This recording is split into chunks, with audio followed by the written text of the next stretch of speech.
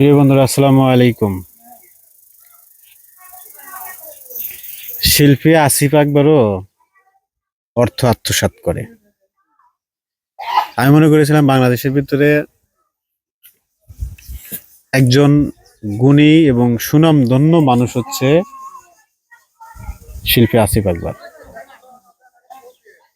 সে BCB থেকে 250 কোটি টাকা আত্মসাৎ করে নিয়ে গেছে। চিন্তা করেন যে 250 কোটি টাকা যদি আত্মসাৎ করে নেয়,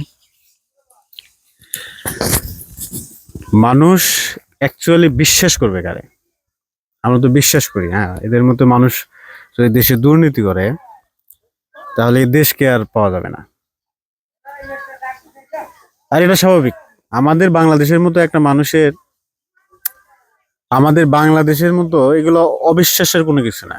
যে সেই দুর্নীতি করতে পারে, যে চাইবে সেই দুর্নীতি করবে, যে সুযোগ পাবে সে সেইভাবেই খেয়ে ফেলবে। এটা হচ্ছে আমাদের দেশ। খুব দুঃখজনক একটা বিষয়।